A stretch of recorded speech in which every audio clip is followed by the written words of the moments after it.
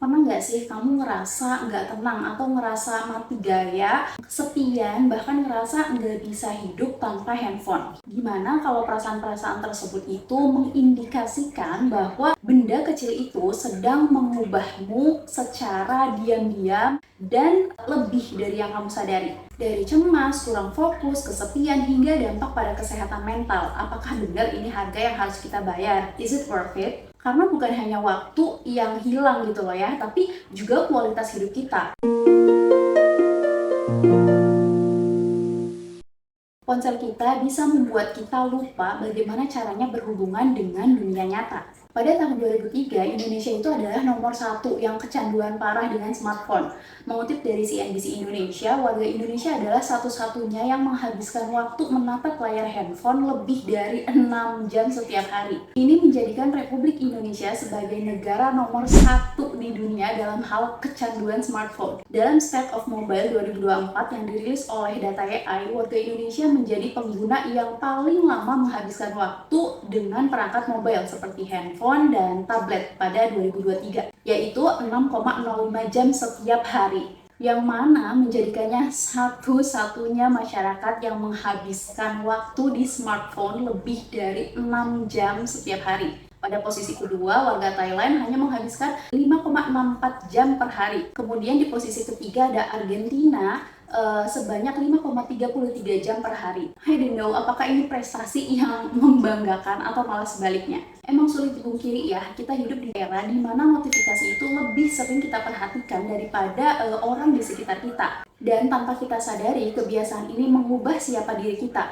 Di antara hal yang berubah karena smartphone ini adalah yang pertama itu ponsel mengubah cara kita berpikir. Notifikasi dan scrolling tanpa akhir memicu sistem dopamin di otak kita, sebuah sistem yang berperan dalam mengendalikan perasaan senang dan juga penghargaan. Setiap kali kita mendapatkan notifikasi, otak akan melepaskan dopamin, memberikan sensasi menyenangkan yang membuat kita itu ingin terus membuka ponsel. Kenapa hal ini terasa sangat kuat gitu ya pengaruhnya? Jawabannya ya karena memang aplikasi dan platform media sosial itu dirancang dengan sistem reward yang tidak menentu. Ini berarti kita nggak tahu nih kapan kita akan mendapat sesuatu yang menarik, lucu, atau menyenangkan. Hal ini mirip seperti bermain mesin slot di kasino atau istilahnya berjudi lah ya gitu ya.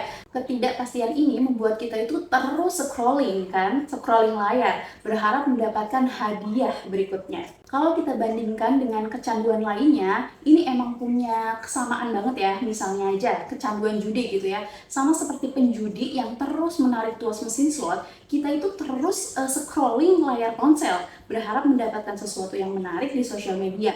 Atau contoh lainnya kecanduan gula, sama seperti tubuh kita mendambakan gula setelah merasakannya, otak kita itu juga mendambakan lonjakan dopamin dari notifikasi atau konten baru. Setiap kali kita scrolling dan menemukan sesuatu yang kita sukai, kita ingin lebih, seperti mengonsumsi makanan manis. Efek ini membuat kita terus kembali ke ponsel, meskipun kita tahu itu tidak selalu baik untuk kita, karena otak kita telah terprogram untuk mencari suntikan dopamin berikutnya. Selain efek dopamin dan kecanduan tadi, keseringan membuka smartphone juga membuat kita itu semakin sulit fokus pada suatu hal dalam waktu yang lama. Penelitian menunjukkan bahwa rata-rata attention span kita telah menurun drastis sejak era smartphone muncul. Selanjutnya, yang kedua itu adalah ponsel atau smartphone mengubah cara kita berhubungan dengan orang lain. Media sosial menciptakan perasaan FOMO atau fear of missing out, yaitu kecemasan akan ketinggalan informasi, tren, atau aktivitas yang terjadi. Ketika kita melihat orang lain membagikan momen-momen menarik, pencapaian, atau bahkan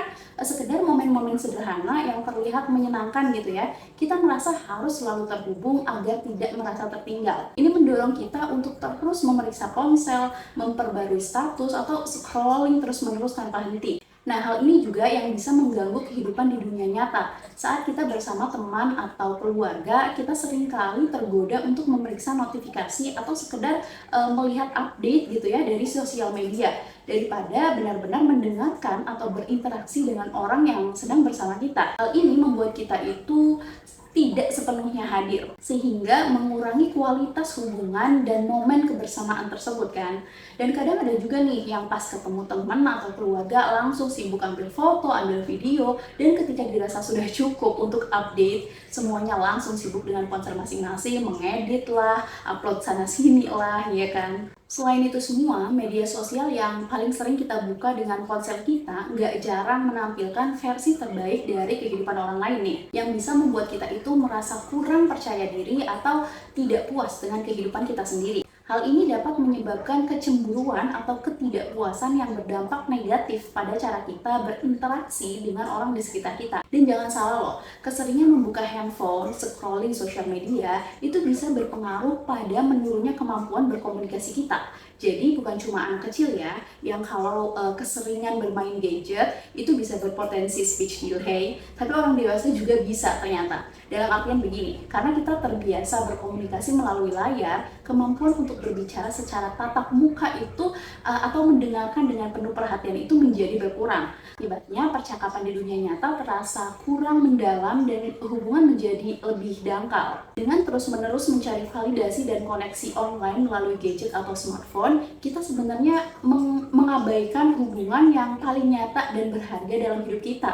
Poin selanjutnya adalah yang ketiga ya, ponsel dapat mempengaruhi kesehatan mental. Penggunaan ponsel terutama dalam konteks sosial media dapat meningkatkan perasaan cemas dan depresi karena secara nggak sadar kita terus-menerus membandingkan hidup kita dengan kehidupan orang lain yang tampak sempurna. Di sosial media, orang cenderung hanya menampilkan momen terbaik kan ya, pencapaian atau aspek-aspek positif di dalam hidup mereka. Ini menciptakan ilusi bahwa kehidupan mereka itu selalu bahagia, sukses, atau tanpa masalah. Padahal tahu sendiri kan, kenyataannya itu kan kadang jauh dari itu. Yang sering kita lihat hidupnya bahagia, harmonis dengan keluarga, tiba-tiba ada berita mereka bercerai. Tapi beberapa orang tetap lupa sama realita-realita yang sering terjadi. Nah, dampak jangka panjang dari kecanduan membandingkan ini ya, ini dapat merusak kesehatan mental kita, menyebabkan penurunan harga diri, meningkatnya kecemasan, bahkan depresi. Ini karena kita merasa seolah-olah selalu kurang atau tidak memenuhi standar yang ada. Padahal kenyataannya sosial media hanya menampilkan potongan kecil kehidupan orang lain gitu ya, bukan keseluruhannya. Nah, terus apa sih yang bisa kita lakukan untuk mengendalikan diri kita dari bermain gadget? Kalau tips dari aku, yang pertama pastinya kita bisa mencoba untuk digital detox. Nggak perlu yang langsung meng-cut sekaligus ya, kayak misalnya nggak pakai handphone sama sekali, tapi kita bisa mulai dengan memasang alarm. Jadi pasang alarm untuk mengingatkan kapan waktunya berhenti menggunakan ponsel, terutama saat kita biasanya itu menghabiskan waktu terlalu lama, seperti misalnya sebelum tidur atau di waktu-waktu free. Selain itu, kita bisa juga memanfaatkan fitur pembatas waktu yang ada di smartphone kita untuk menetapkan batasan harian pada aplikasi tertentu, seperti misalnya sosial media gitu ya. Hal ini membantu mencegah penggunaan berlebihan. Nah, kalau misalnya kita udah melakukan pembatasan tersebut, selanjutnya kita bisa membuat waktu bebas ponsel. Misalnya, ketika akan tidur dan bangun tidur, jauhkan ponsel dari tempat tidur minimal 30 menit sebelum tidur dan 30 menit setelah bangun, untuk menghindari kecanduan langsung sejak pagi. Kemudian kita juga bisa membuat zona bebas ponsel nih di rumah kita. Tetapkan area tertentu di rumah sebagai zona bebas ponsel, seperti misalnya ruang makan atau kamar tidur. Tujuannya untuk meningkatkan kualitas waktu bersama keluarga atau pasangan. Ketika kita sedang tidak menggunakan ponsel, lalu kita teringat dengan ponsel kita, terus tiba-tiba pengen ngambil dan membukanya nih ya, cobalah untuk segera melakukan aktivitas lain, alihkan perhatian kita, bisa dengan membaca buku fisik gitu ya, agar kita tidak punya alasan membuka gadget, atau bisa juga dengan melakukan aktivitas luar ruangan, misalnya lakukan kegiatan yang intinya tuh melakukan kegiatan yang tidak melibatkan layar. Seperti misalnya berjalan-jalan, kemudian berolahraga, atau memasak gitu ya, untuk mengisi waktu luang tanpa ponsel. Kemudian selain digital detox, yang bisa kita lakukan juga untuk bisa mengontrol diri adalah dengan lebih mindfulness. Ini memang perlu dilatih ya, teknik-teknik mindfulness, tapi sederhananya untuk bisa mengontrol diri dalam penggunaan ponsel, kita bisa coba lakukan dengan cara mematikan notifikasi yang tidak penting di handphone kita. Kalau aku pribadi udah dari lama ya menonaktifkan notifikasi dari Instagram, X, Facebook, TikTok, dan aplikasi-aplikasi e-commerce. Karena aku sadar nih bahwa notif-notif tersebut itu bener-bener bisa mendistraksi aku dari melakukan hal yang lebih penting yang emang harus aku lakuin gitu. Oke, sekian dulu video kali ini. Semoga bisa bermanfaat ya. Thank you so much for watching. Jangan lupa like, comment, dan subscribe channel ini agar channel ini makin berkembang lagi. Bye!